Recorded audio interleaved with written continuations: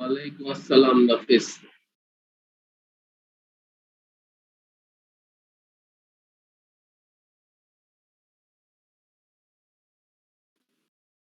আমাদের কিছু প্রবলেম ছিল হোমওয়ার্ক, তাই না?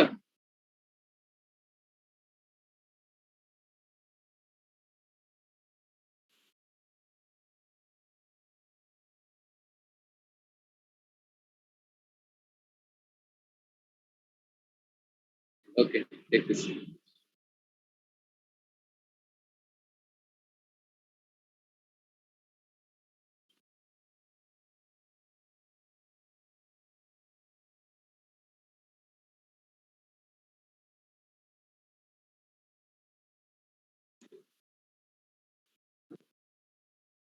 বলো নাফিস।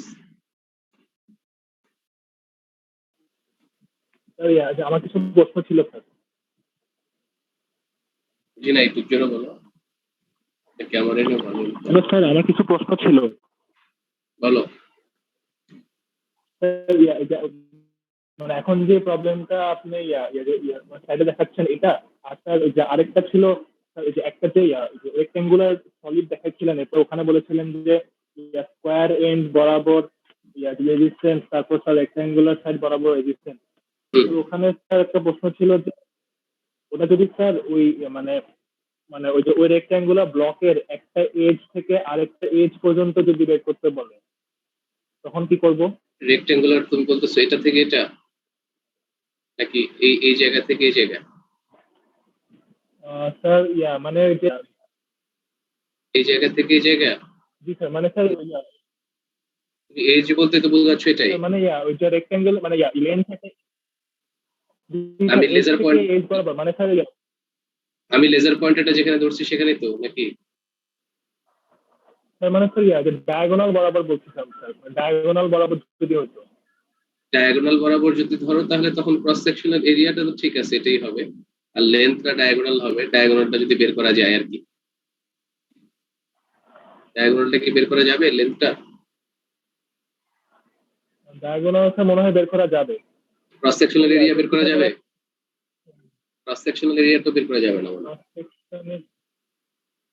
বেশি জিওমেট্রিক্যাল ব্যাপারটা হয়ে যাচ্ছে, এত এত জিওমেট্রিক্যাল ব্যাপারটায় যাওয়ার দরকার নেই, এটা বেশি জিওমেট্রিক্যাল হয়ে গেছে। হ্যাঁ, বেশি জিওমেট্রিক্যাল হয়ে যাচ্ছে, জ্যামিতি টাইপের আর কি। তারপরে স্যার আরেকটা প্রশ্ন ছিল স্যার, যে ওই রিলেটিভিটি থেকে, স্যার রিলেটিভিটির একটা প্রশ্ন আপনি দিয়েছিলেন। ওটা পড়াবো তো, আবার আসতেছে যখন আসবো তখন কথা বলি ওটা নিয়ে, আবার আসবো ওটা। আচ্ছা স্যার, ঠিক আছে, থ্যাংক ইউ স্যার। আমরা এটার পরে যাবো, যে রিলেটিভিটি তো আছে সিলেবাসে, আর তো কিছু নাই এটা। এই কারেন্ট ইলেকট্রিসিটি শেষ করার পর আমরা রিলেটিভিটিতে যাবো। আর এটা নিয়ে কি বললা, এটা নিয়ে এই যেটা নিয়ে জানি কি বলতে চাইছিলাম, এটা এটার আনসার কত আসছে? এটা করতে পারিনি, এটা একটু টাফ লাগছিল, মানে এটা মানে এই ম্যাচটা করতে পারি নাই, মানে কিভাবে করবো ওটা বুঝতেছিলাম না। একটা হচ্ছে 3.4, আরেকটা কত? 3.4, 26.5। আচ্ছা দেখি কি হয়।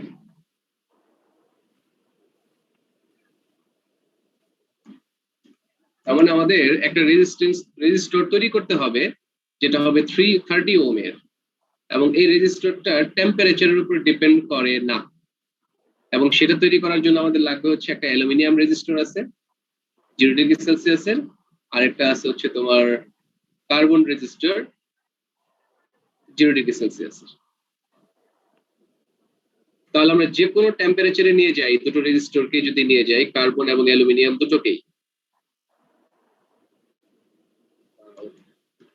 কার্বন এবং অ্যালুমিনিয়ামকে দুটোকেই যদি আমরা যে কোনো একটা টেম্পারেচারে নিয়ে যেতে পারি, যে টেম্পারেচারে ধরো, যদিও প্রথমটা ডিপেন্ড করে না, যেটা 30 আমরা তৈরি করতে চাচ্ছি, সেটা দুটোর একটার উপর ডিপেন্ড করে না, তারপর আমাদের কাছে আর কোনো ওয়ে নাই।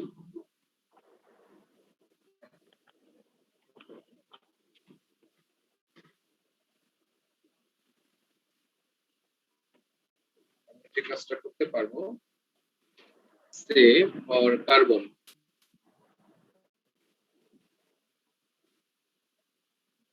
for aluminium. Okay, solution for aluminium.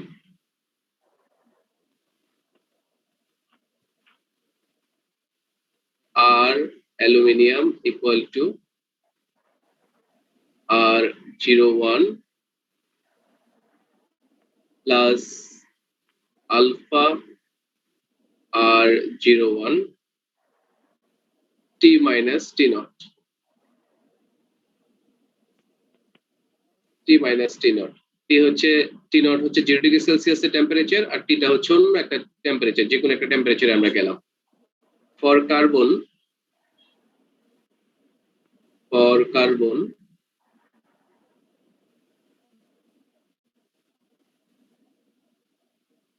আমরা এটাকে লিখে হচ্ছে RC, এটা হচ্ছে R02 প্লাস আলফা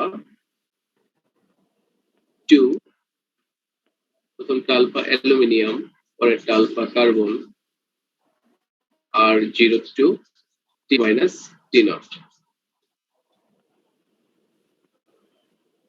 তাহলে R অ্যালুমিনিয়াম প্লাস RC এই দুটো মিলে কি হবে? এই দুটো মিলে হবে 30।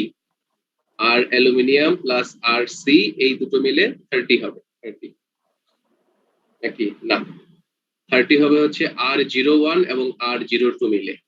তাহলে আমরা একটা রেজিস্ট্যান্স তৈরি করতে যাচ্ছি যেখানে R equal to R aluminium plus RC equal to R01, wait একটু শেষ করে দাঁড়াও, alpha aluminium R01 T minus T naught plus R02 alpha carbon R02 T minus T naught।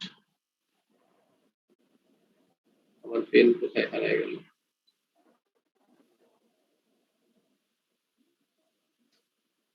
একটু ওয়েট করো।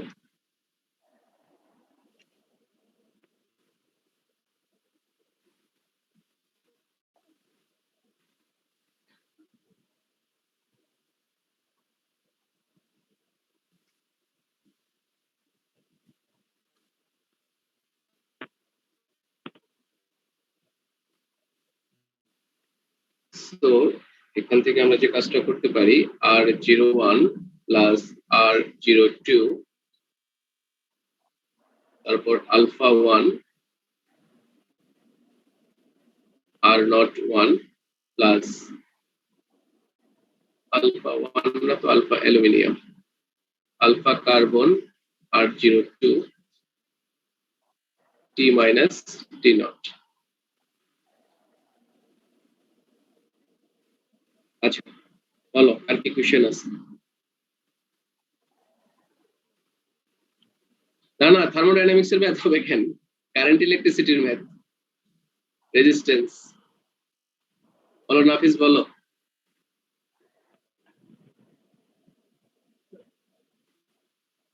Sorry sir. আচ্ছা কার আছে? মুবিন কবির বলো।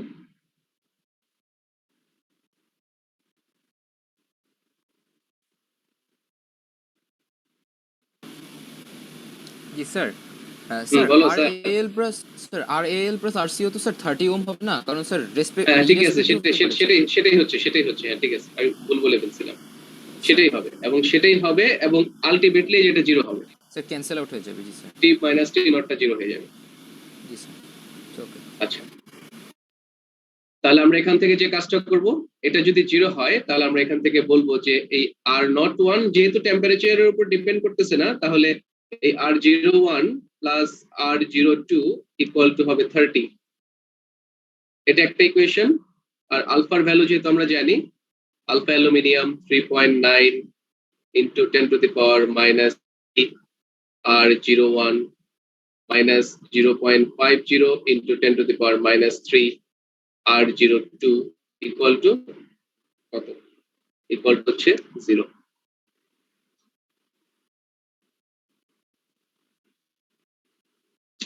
খুব ডিস্টার্ব করে গেল।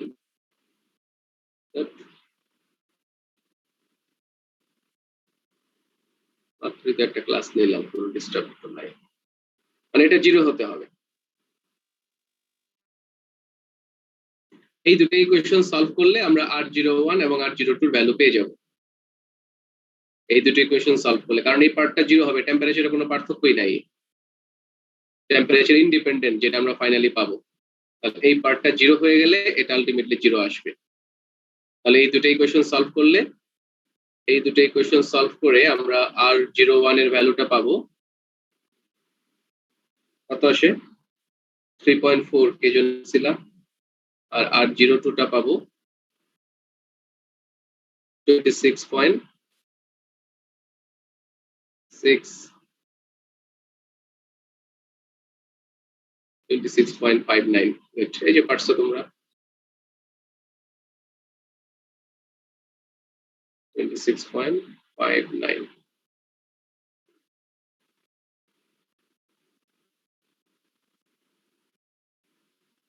সেকেন্ড স্টেটমেন্ট হচ্ছে, তো তোমার যেহেতু এটা টেম্পারেচারের উপর ডিপেন্ড করতেছে না, আমরা যে রেজিস্ট্যান্সটা তৈরি করব সেই রেজিস্ট্যান্সটা টেম্পারেচারের উপর ডিপেন্ড করে না। বারবার এরকম হচ্ছে কেন? এই যে a resistor is to have a constant resistance of 30 ohm independent of temperature. টেম্পারেচারের উপর ডিপেন্ড না করলে এই R01 plus R02 equal to 30 কোনো প্রবলেম নাই, এটা 0 ডিগ্রি সেলসিয়াসে থাকুক আর অন্য কোনো টেম্পারেচারে থাকুক। আর এই পার্টটা ইকুয়াল টু কি হবে? এই পার্টটা ইকুয়াল টু 0 হলেই এটার সাথে মাল্টিপ্লিকেশন হয়ে 0 হয়ে যায় টোটাল টার্ম।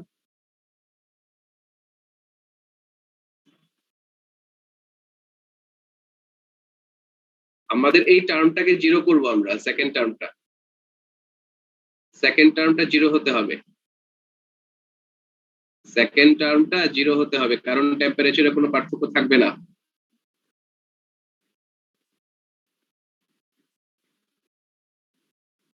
আচ্ছা,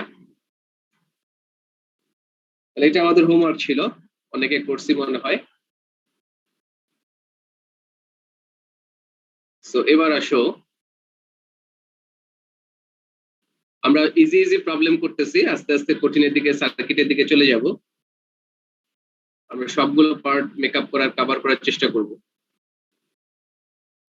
এটা হচ্ছে আরেকটা problem.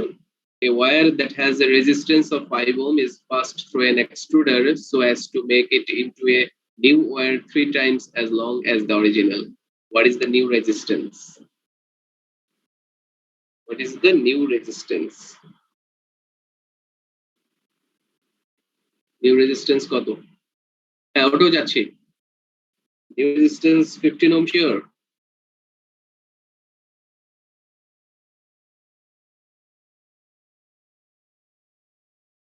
$45 ohm. Office sector right. 45 ohm. That first ছিল হচ্ছে 5 ohm, তাই না? প্রথমে solution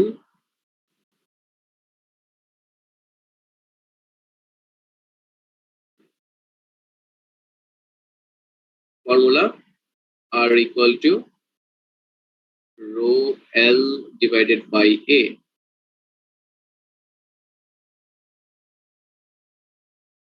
আমরা অরিজিনাল লেন্থ যদি কনসিডার করি, 45 ঠিক আছে, original length, let original length L naught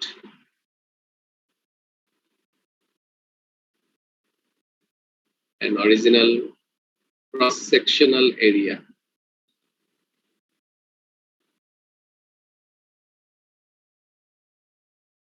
A. So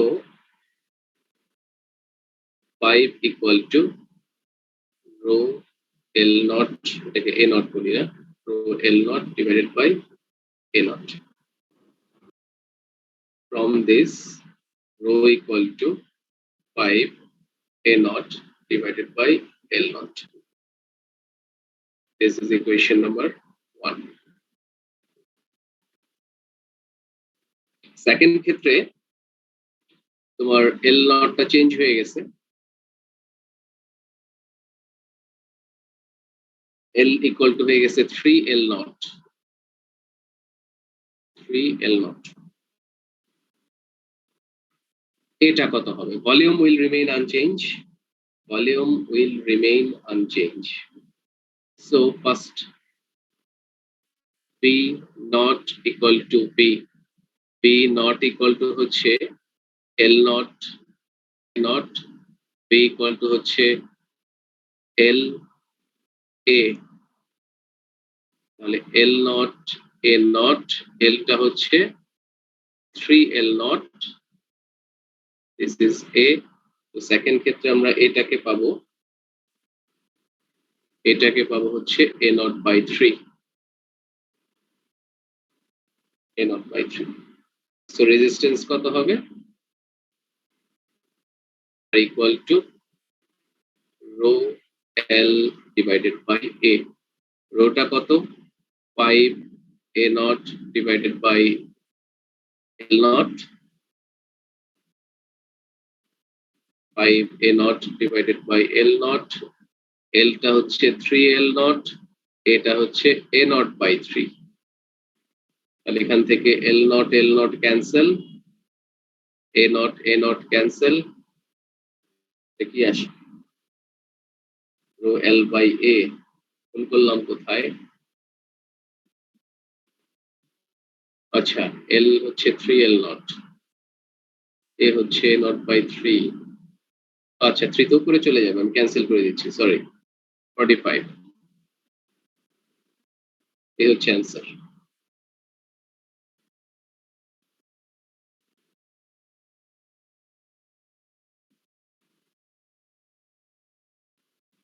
ওকে এটা হবে অ্যান্সার আবারও কি বুঝলাম না আজকে কি হইল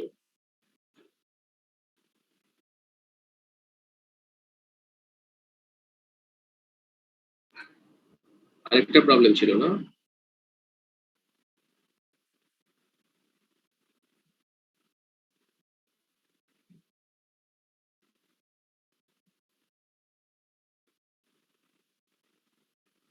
এক্সট্রুডার হচ্ছে একটা অ্যাপারেটাস যেটার মাধ্যমে লেন্থটাকে তোমার 3 টাইমস করা যায় 3 গুণ করা যায়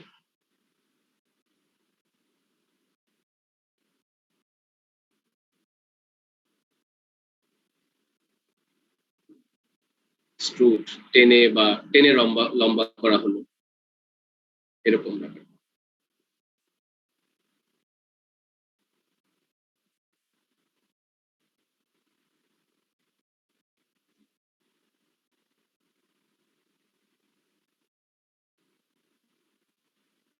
ভলিউম তো আনচেঞ্জ ভলিউম কি চেঞ্জ হবে ওর একটা সলিড স্ফিয়ার কে আমরা সিলিন্ডার তৈরি করলাম তাহলে ভলিউম আনচেঞ্জ থাকবে না ওটাকেই তো টেনে লম্বা করছে আগে যা ছিল ভলিউম এখন তাই না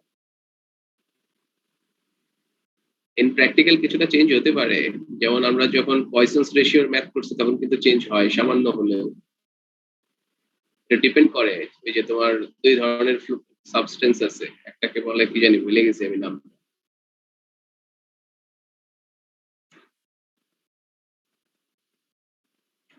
আচ্ছা আরেকটা প্রবলেম ছিল electric kettle can boil 0.5 kg of water from 25 degrees Celsius in 5 minutes. The kettle is connected to the 250 volt DC line. If the efficiency of the kettle is 80%, what will be the resistance of heating element? What will be the resistance of heating element? Heating element resistance কত হবে? Anyone solve it? 95.238 95.238 right 95 point something আচ্ছা তাহলে সলিউশনটা দেখি এটা stem হতে পারে board কোশ্চেনে মনে হয় এরকম স্টেম আছে চেক করলে পাবা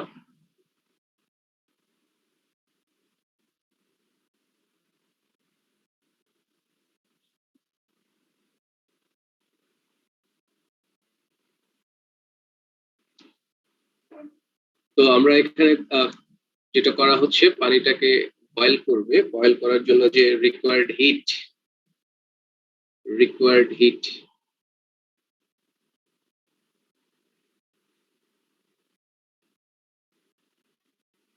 you equal to m s del theta. U equal to হচ্ছে m s del theta. M হচ্ছে 0.5 কিলোগ্রাম, এস হচ্ছে 4200, ডেল থিটা হচ্ছে 100 মাইনাস 25। এটা আমরা পাবো হচ্ছে, ক্যালকুলেট যদি করি, আমার কাছে তো calculator 0.5 into 4200 into 75 equal to আসবে 0.54200 157.5 into 10 to the power 3 joule।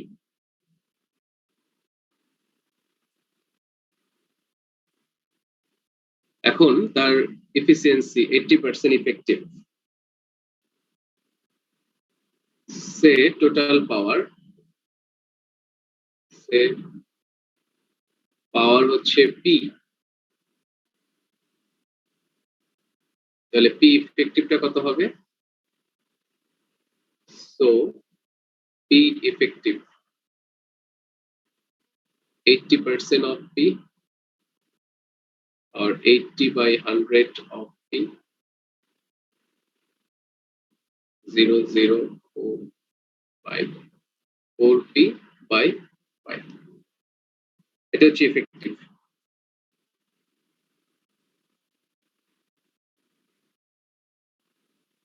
ওকে, তাহলে পি ইফেক্টিভ হলে আমরা ওয়ার্ক ডানটা কোত্থেকে পাবো? পি ইফেক্টিভ ইকুয়াল টু হচ্ছে W by T। So W equal to P effective into T। P effective হচ্ছে 4P by 5, T হচ্ছে 5 minute, 5 into 60 second, তাহলে 300, 5 cancel থাকুক, 4P by 5 into 300। এটা হচ্ছে ওয়ার্ক ডান। তাহলে এই দুটো ওয়ার্ক ডান কি হবে? ইকুয়াল হবে।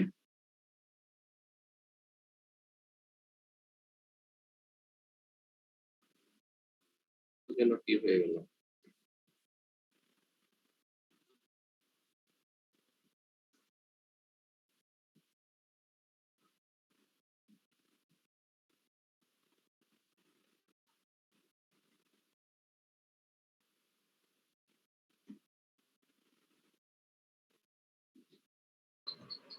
Sir P is equal to W by T হওয়ার কথা না? তাই তো লিখছি, P equal to W by T। এই যে স্যার এটা তো পি এফেক্টিভ লিখছেন, জাস্ট পি হওয়ার কথা। আমাদের তো পি ইফেক্টিভ নিয়ে কাজ করতে হবে। পি ইফেক্টিভটাই তো কাজ হচ্ছে, এই যে ইফেক্টিভটাই তো কাজ হচ্ছে, তাই না? যেটা কাজ হচ্ছে সেটাই তো ইফেক্টিভ। অরিজিনাল পাওয়ার পি, কিন্তু এই অরিজিনাল পাওয়ার যতটুকু কাজ করতে পারে সেই কাজ তো হচ্ছে না, এই জন্য এটা ইফেক্টিভ না। ইফেক্টিভ হচ্ছে এটা।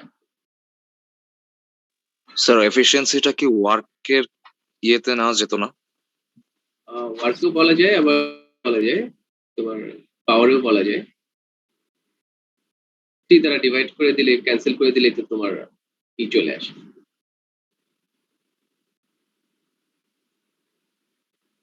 তাহলে আমরা এখান থেকে এই দুটো ওয়ার্ক ডানকে ইকুয়াল করব, এই আর এই। So 4P by 5 into 300 equal to হচ্ছে 157.5 into 10 to the power 3। এখান থেকে আমরা পিটা ক্যালকুলেট করতে পারবো। পিটা কত আসবে? পিটা আসবে হচ্ছে 656.5 ওয়াট। তাহলে হিটিং এলিমেন্টটা কত? Resistance of the heating element P equal to হচ্ছে V square by R। V হচ্ছে 250 volt DC line, 250 volt DC line হয় নাকি আবার? তাহলে এখান থেকে আমরা R টা ক্যালকুলেট করব, V square by P।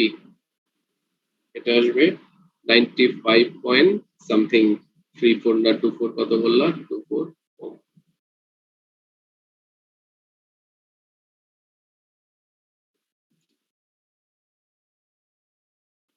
আমরা কারেন্ট ইলেকট্রিসিটি তাই না আশ্চর্য লাগে কনফিউজড হয়ে যাচ্ছে থার্মোডাইনামিক্স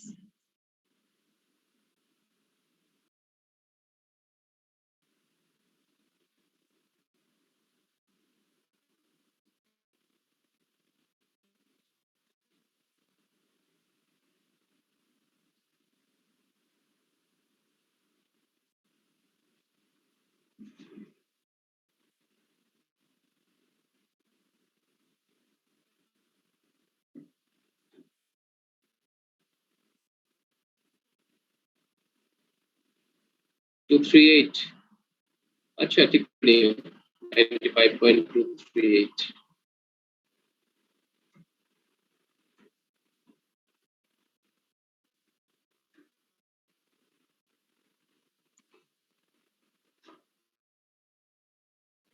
তো আমরা রিলেটেড রেজিস্ট্যান্স বলো তারপর ওহমস ল বলো দেন পটেনশিয়াল ডিফারেন্স এই রিলেটেড ম্যাথমেটিক্যাল প্রবলেম আমরা সলভ করলাম ওহমস ল রিলেটেড আরেকটা প্রবলেম আমরা করতে পারি তবে আমাদের একটু ইলেকট্রোমোটিভ ফোর্স সম্পর্কে একটু ধারণা দরকার ইলেকট্রোমোটিভ ফোর্স বা তড়িৎচালক শক্তি যেটা বলি তারপরের ম্যাথগুলো এটা সম্পর্কে ধারণা থাকলে আমাদের করতে একটু সুবিধা হবে আমি হালকা তড়িৎচালক শক্তি প্রবলেম 1 মানে কি আজকের প্রবলেম 1 তো এটা সিকোয়েন্সে যদি বলো নাকি আজকের ক্লাসের ফার্স্ট প্রবলেম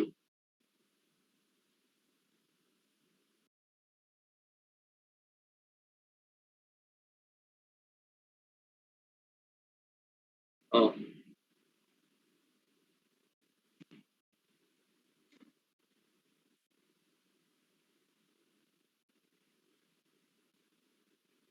ডান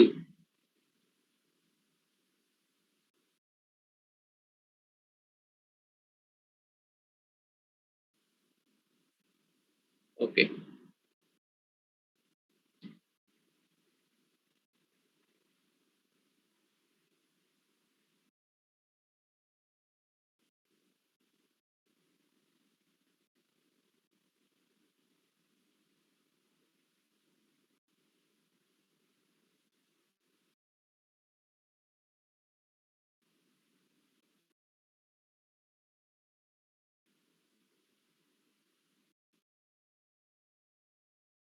শর্টলি ডিসকাস করতে যাচ্ছি আচ্ছা সে এখান থেকে ডিসকাস করি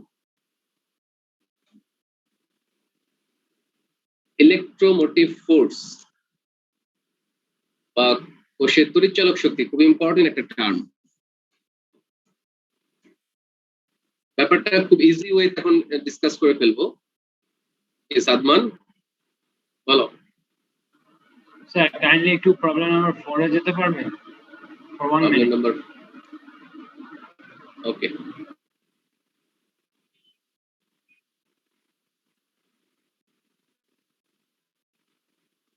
problem number 4 hmm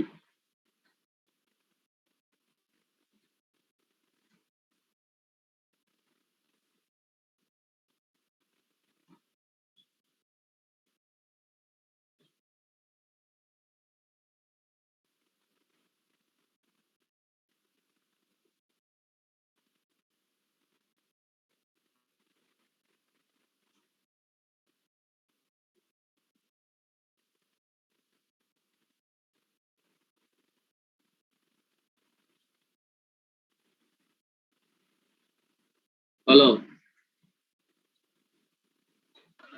thank you sir হয়ে গেছে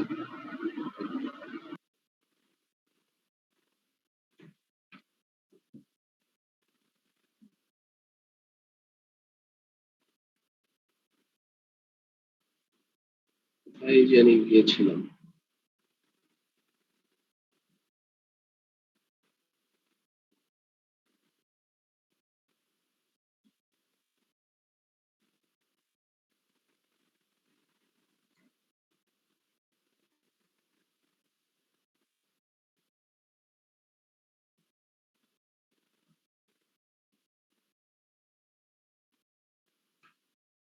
আচ্ছা, তো আমরা একটা সেল নিয়ে কথা বলতেছি, জাস্ট এ সেল।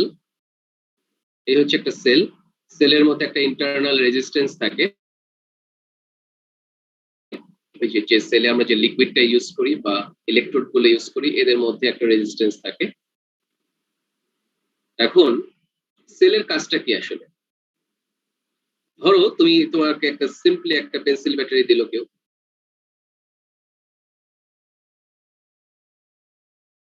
একটা পেন্সিল ব্যাটারি তোমাকে দেওয়া হলো।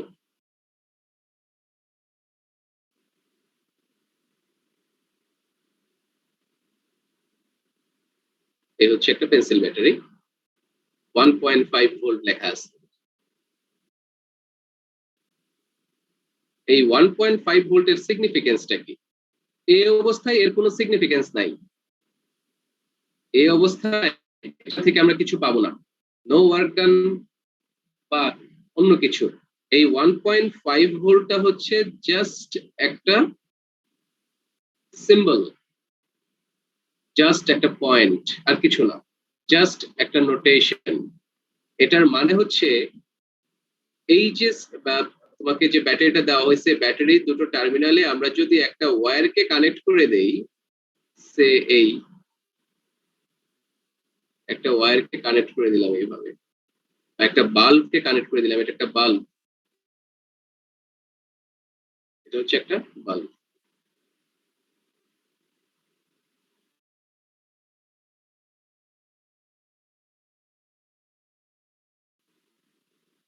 সার্কিট বিষয়ক যেসব ক্লাস ইউটিউবে নেওয়া হয়েছিল, সেখানে সিমেট্রি নিয়ে কিছু সার্কিট সলভ করা হয়েছিল। এই সিমেট্রি বিষয়ক, সিমেট্রি তোমার সিলেবাসে বোর্ডে কখনোই আসবে না, অ্যাডমিশন টেস্টেও আসবে না, কখনোই আসবে না। তবে তুমি তোমার মেন্টাল স্যাটিসফ্যাকশনের জন্য, মানসিক শান্তির জন্য করতে পারো।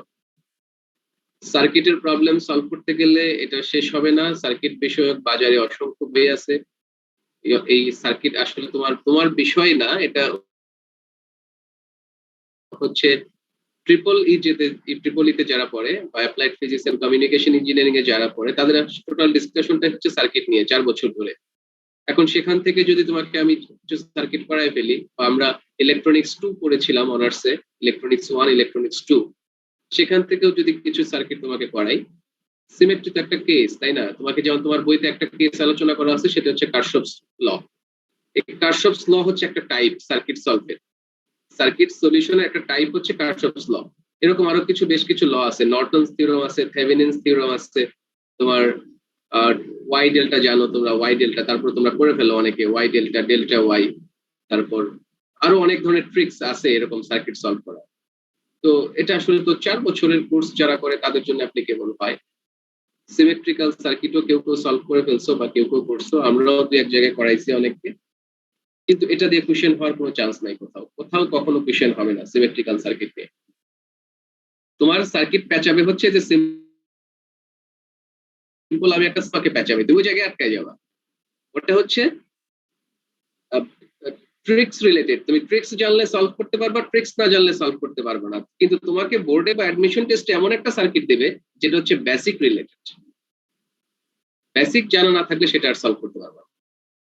আর ওটা তো ট্রিক্স জানা থাকলে সলভ করতে পারবা, ট্রিক্স জানা না থাকলে নাই, কখনোই পারবা না। ওটা আবার বেসিক দিয়েও কাজ হবে না। ওইগুলো কারা করে জানো? ধরো আমরা যখন তোমরা যখন পরীক্ষা দিবা অনার্সে বা বিএসসি তে, তখন পরীক্ষা দিবা, তখন দেখবা যে ক্লাসে 10টা সার্কিট করাই যাচ্ছে, ওখান থেকে পরীক্ষায় 3টা আসবে। ওই 10টা থেকে 3টা পরীক্ষা আসবে। এখন ওই 10টা সার্কিট যত বড়ই হোক না কেন, কোনো প্রবলেম আছে? যত বড় হোক কোনো প্রবলেম নাই, তুমি তো 10টা থেকে পরীক্ষা 3টা পাচ্ছ বা 2টা পাচ্ছ, বা 20টা থেকে 4-5টা পাচ্ছ। তখন তুমি 20টা মুখস্থর মতো করে স্টুডেন্টরা পড়ে ফেলে। যদি এরকম থাকতো যে তুমি 20টা পড়বা, কোন কোন 5টা আসবো আসতে পারে সেটার কোনো গ্যারান্টি নাই বা নিশ্চয়তা নাই, তখন ঠিক ছিল। যেমন তোমার এখনকার অবস্থা, তুমি যে অবস্থায় আছো, সেই অবস্থায় আসলে কোনটা পরীক্ষা আসবে সেটা কিন্তু তুমি জানো না। You have to focus on your syllabus, সিলেবাসে ফোকাস রাখতে হবে। হ্যাঁ, তারপরে তুমি যদি এক্সট্রা কিছু করতে চাও সেটা আমরা করাই, কারণ আমাদের হাতে এখন পর্যাপ্ত সময় আছে। আমরা সার্কিট নিয়ে অনেক ক্লাস নেই, সার্কিট নিয়ে 3-4টা ক্লাস নেই, ঠিক আছে?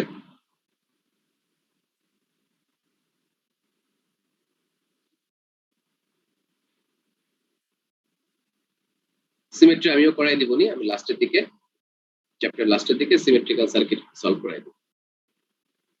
আচ্ছা, তাহলে এই 1.5 ভোল্টের সিগনিফিকেন্সটা কি? এই 1.5 ভোল্টের সিগনিফিকেন্সটা হচ্ছে, দেখো এই ধরো একটা ইলেকট্রন, এই যে লেজার পয়েন্টারটাকে আমি এখানে রেখে দিলাম, লেজার পয়েন্টারটাকে আমি এখানে রেখে দিলাম, এই যখন এই ব্যাটারিটা ছিল না তখন ওখানে একটা ইলেকট্রন কিন্তু ছিল, এটা একটা চার্জ ক্যারিয়ার, এটা হচ্ছে একটা চার্জ ক্যারিয়ার। এই ব্যাটারিটা কানেক্ট করার সাথে সাথে, এই ব্যাটারিটা কানেক্ট করার সাথে সাথে কি হবে, এই ইলেকট্রনটা এনার্জি পেয়ে যাবে, 1.5 জুল এনার্জি পেয়ে যাবে। কত এনার্জি পাবে? 1.5 জুল। এই এনার্জিতে সে কি করবে, এই এনার্জি কানেক্ট করার সাথে সাথে ইলেকট্রনটা 1.5 জুল এনার্জি নিয়ে মুভ করা শুরু করবে। এই যে। এখন মুভ করতে গেলে তার কিছু এনার্জি ওয়েস্ট হয়। কোথায় ওয়েস্ট হবে? এই চার্জ ক্যারিয়ারটা 1.5 জুল এনার্জি নিয়ে বের হলো, এই জায়গাটা ট্রাভেল করতে গেলে তার কিছু এনার্জি ওয়েস্ট হবে। তার কিছু এনার্জি ওয়েস্ট হবে কতটা? ধরো তার চার্জ ছিল কিউ, পটেনশিয়াল ডিফারেন্স ছিল ভি, এবং সে ভি কিউ পরিমাণ এনার্জি নিয়ে জার্নি স্টার্ট করলো, এখানে এসে কিছু এনার্জি ওয়েস্ট হয়ে যাবে। তো আমরা সেটাকে আসলে কিউ বলি না, আমরা 1 কুলম চার্জের জন্য ঘটনাগুলোকে এক্সপ্লেন করি। ধরো এখানে একটা চার্জ আছে 1 কুলম, 1 কুলমের জন্য এক্সপ্লেন করলে আর সেটা ডাব্লিউ দিয়ে লিখতে হয় না, সেটা পটেনশিয়াল দিয়ে লিখলেই হয়ে যায়। এই যে 1 কুলম যে চার্জটা আছে, এই 1 কুলম চার্জ 1.5 জুল এনার্জি নিয়ে বের হয়ে গেল, তারপর এই রেজিস্ট্যান্সটাকে সে ক্রস করতে গেলে তার কিছু এনার্জি নষ্ট হয়ে যায়। এই এনার্জিটাকে আমরা বলি, এই রেজিস্ট্যান্সের এগেইনস্ট একটা ভোল্টেজ ড্রপ হয়, পটেনশিয়াল ড্রপ হয়। এই যে এখানে একটা পটেনশিয়াল ড্রপ হবে, এই রেজিস্ট্যান্সের অ্যাক্রসে একটা পটেনশিয়াল ক্রিয়েট হবে, পটেনশিয়াল ডিফারেন্স। সেটা কোথা থেকে আসতেছে? এই 1.5 থেকে আসতেছে। তারপর বাকি এনার্জি নিয়ে সে কি করবে, চার্জ ক্যারিয়ারটা আবার এখানে চলে আসবে, এই যে এখান থেকে জার্নি স্টার্ট করে আবার এদিকে চলে আসলো। এখন এই সেলের ভিতরে যদি একটা রেজিস্ট্যান্স থাকে, তাহলে তার কিছু এনার্জি এর ভিতর দিয়ে ক্রস করতে ইউজ, ওই এনার্জির একটা অংশ সেখানেও ইউজ হবে। তাহলে আলটিমেটলি আমরা যেটা বলতেছি যে একটা চার্জ ক্যারিয়ার কিন্তু এই ইলেকট্রোমোটিভ ফোর্স যেটাকে আমরা বলতেছি, এটাকে ইলেকট্রোমোটিভ ফোর্স বলার কারণ হচ্ছে সে একটা ফোর্স দিচ্ছে, যেটাকে এনার্জি বলো বা ফোর্স বলো, বা একটা ধাক্কা দিচ্ছে যে তুই মুভ করা শুরু কর, আমি তোকে এনার্জি দিচ্ছি, তুই মুভ করা শুরু কর। এই যে সে মুভ করা শুরু করে, এই টোটালটাকেই আমরা এক্সপ্রেস করি হচ্ছে এইভাবে, পাশে যে সার্কিটটা আছে এইভাবে, বা আরেকটু যদি আমরা স্মুথ ওয়েতে ড্র করি, এই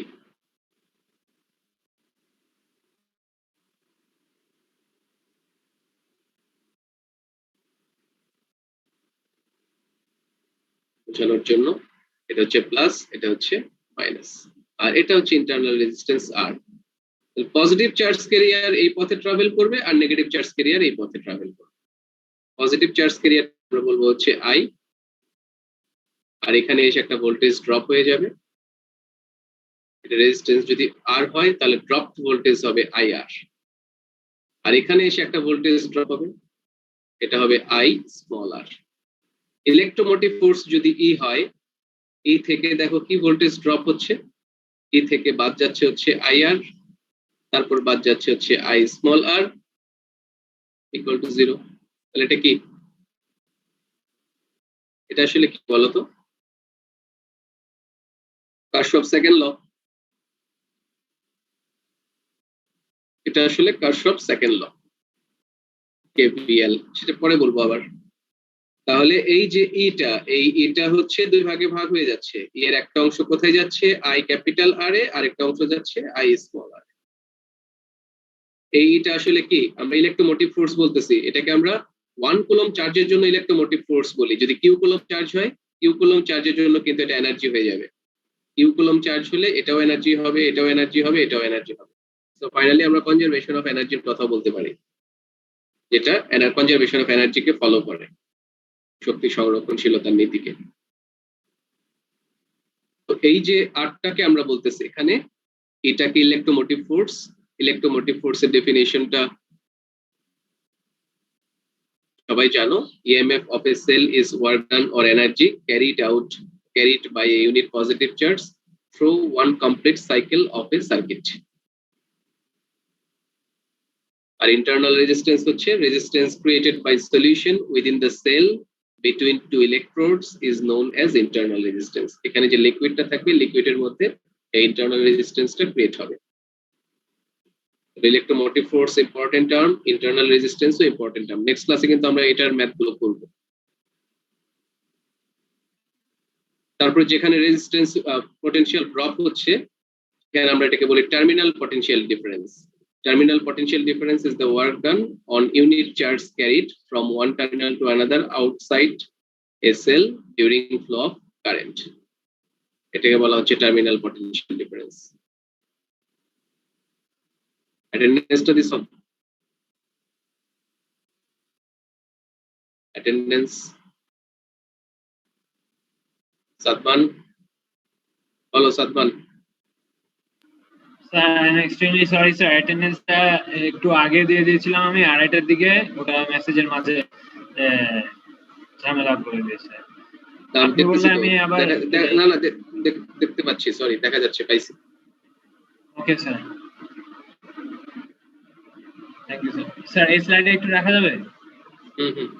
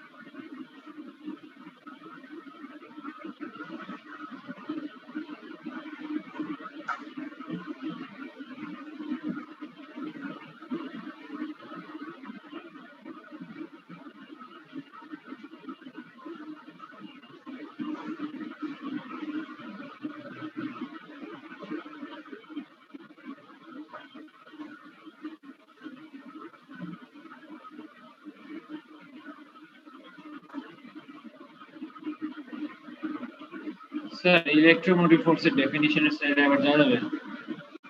ডেফিনিশন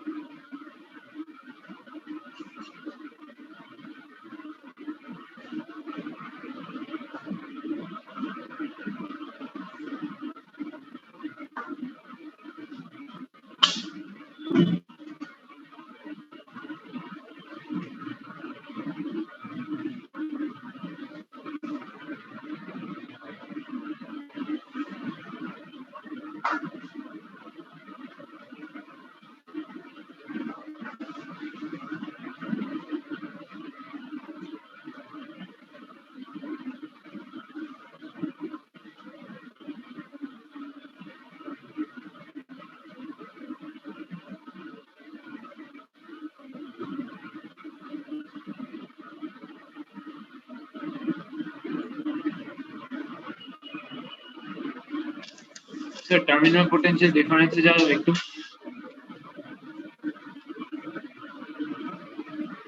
থ্যাংক ইউ স্যার।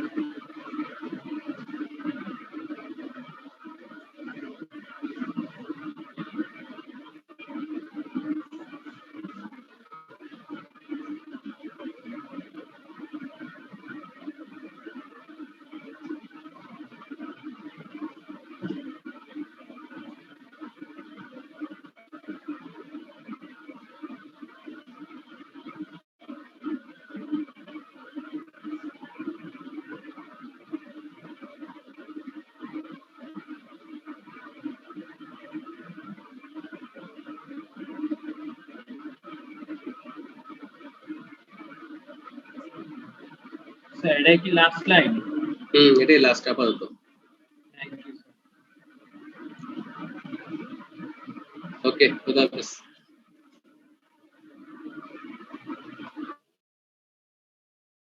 আসসালামু আলাইকুম।